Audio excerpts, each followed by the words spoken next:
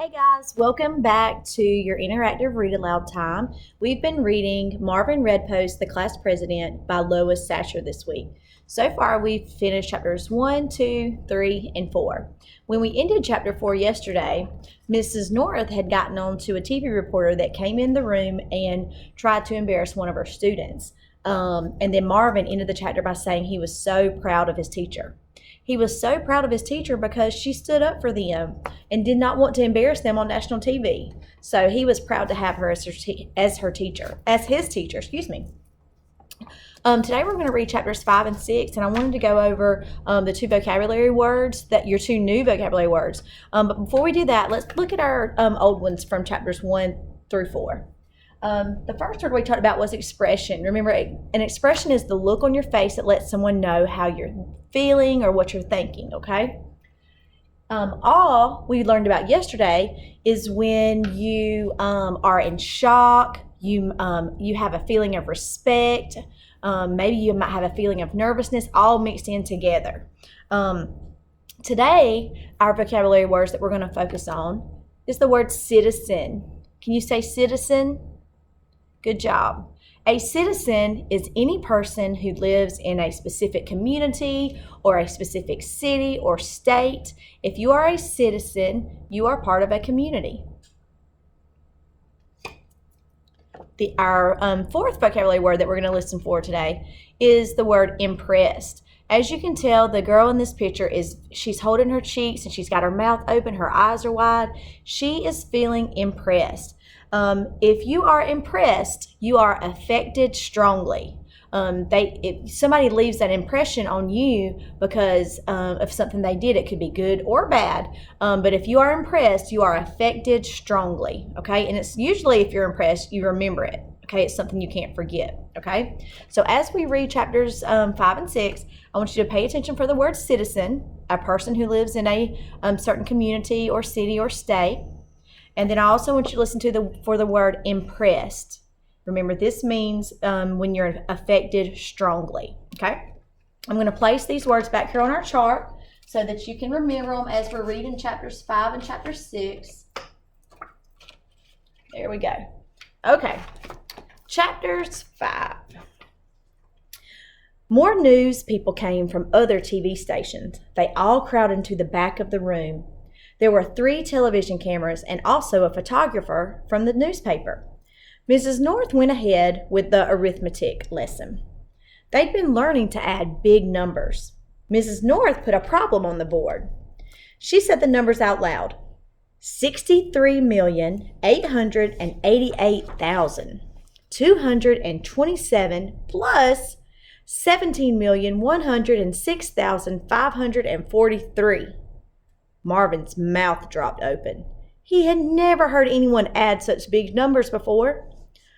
"Marvin," said Mrs. North, "would you like to come to the board and give us the answer?"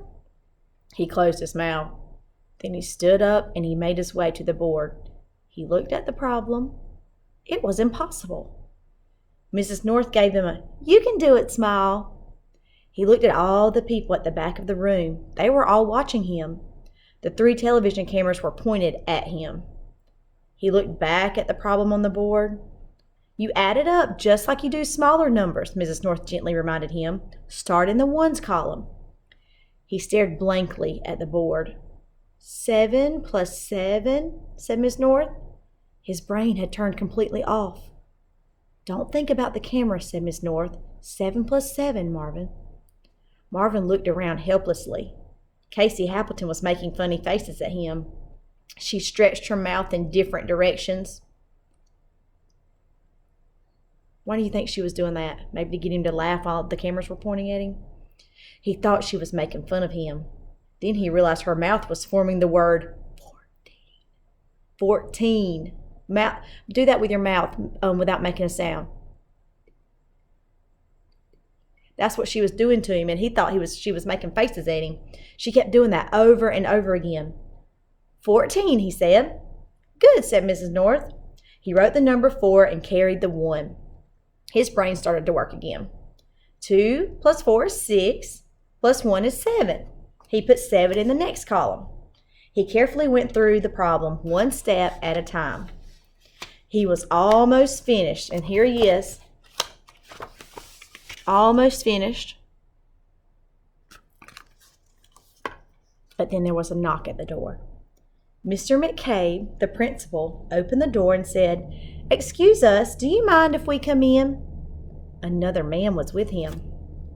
Marvin was pretty sure the other man was the president. Mrs. North said, "Welcome." She wiggled her hand behind her back, signaling the class to stand. So she kind of did this behind her back so that everybody would stand up when the president walked in. Marvin was already standing, but he stood even straighter. Everyone clapped as the other man walked into the classroom. "Thank you," he said. "Please sit down." Marvin didn't know what to do. He didn't want to disobey the president, but he had been standing before the president and had even come in. This is Mrs. North," said Mr. McCabe. Mr. McCabe wore a long-sleeved shirt. He had a hole over his pink and bony elbow. Remember, it's still Holy Day, and Mrs. North and Mr. McCabe, the principal, are wearing holes in their clothes. "I've heard wonderful things about you," the president said, and he shook Mrs. North's hand. Marvin couldn't believe that his teacher was really shaking the president's hand. "Thank you," said Miss North. We are all delighted you are here." The president turned and looked at Marvin. "Those are big numbers," he said. Marvin did not know what to say. "Did you add those all up by yourself?" "It's not finished," said Marvin. The president smiled. "Well, go ahead, finish." Marvin took a breath and exhaled, so he goes. He looked back at the problem on the board. He had lost his place. He had to start all the way back at the beginning and add the numbers in his head. He finally finished the problem. The president looked it over. "What's your name?" he asked. Marvin's brain had turned off again, but then it came back on. Marvin Redpost." "Good job, Marvin," said the president. He held out his hand. Marvin shook hands with the president. There he is, shaking hands with the president. You can see Marvin's still got his holes on his knees too. All right, so now we're starting chapter 6. Has anyone heard the words citizen or impressed yet? I haven't, so keep on listening in chapter 6, okay? Here we go. Marvin returned to his desk. "Thank you for letting me come and interrupt your class," the president said. "I won't stay too long. I don't want you to miss recess," he smiled. "We don't care," shouted Stuart. "Stay as long as you want." Mrs. North gave Stuart the look. Mrs. North said, "We'll get recess after you." Mrs. North said, "We'll get recess after you go away," said Nick. Miss North gave the look to Nick too. Then she said, "We understand you are very busy, Mr. President. We appreciate any." And there was a jar filled with marbles on Mrs. North's desk. As Mrs. North spoke, her hand swept across her desk and knocked the marble jar over. The marbles spilled out, rolled all over the desk, and bounced all over the floor. The children in the front row scrambled to pick up all of the rolling marbles. The president even helped too. Mrs. North's face was as red as the post in front of Marvin's house. The children put the marbles back in the jar. "I am so sorry," said Mrs. North. The president dropped 2 marbles into the jar, plop, plop, and said, "No problem." Everyone settled back into their seats. "You are probably wondering why I've come here today," the president said. Marvin had been wondering that. "Well, I want to talk about what it means to be a good citizen. Who knows what a citizen is?" Okay, guys and girls, there's our word, citizen. And remember, I told you before we started, a citizen is a person who lives in a specific community, town, or city, or state, okay? So let's read these sentences again. I want to talk to you about what it means to be a good citizen. Who knows what a citizen is? Let's see if anyone in Marvin's class knows. Marvin didn't raise his hand. He thought he knew what a citizen was, but he didn't know how to say it. "Yes," said the president, looking at Melanie. "A person," said Melanie. "Very good answer," said the president. "A citizen is a person. But is there a difference between a person and a citizen?"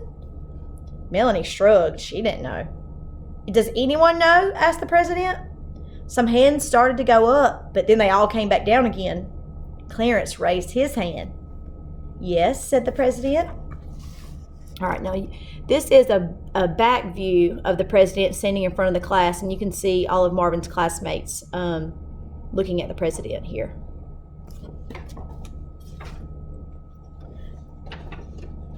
Do you have a dog? Asked Clarence. Yes, I do, said the president. But that's not what we're talking about right now. Mrs. North gave the look to Clarence. Who can tell me the difference between a person and a citizen? The president asked. How about you, Marvin?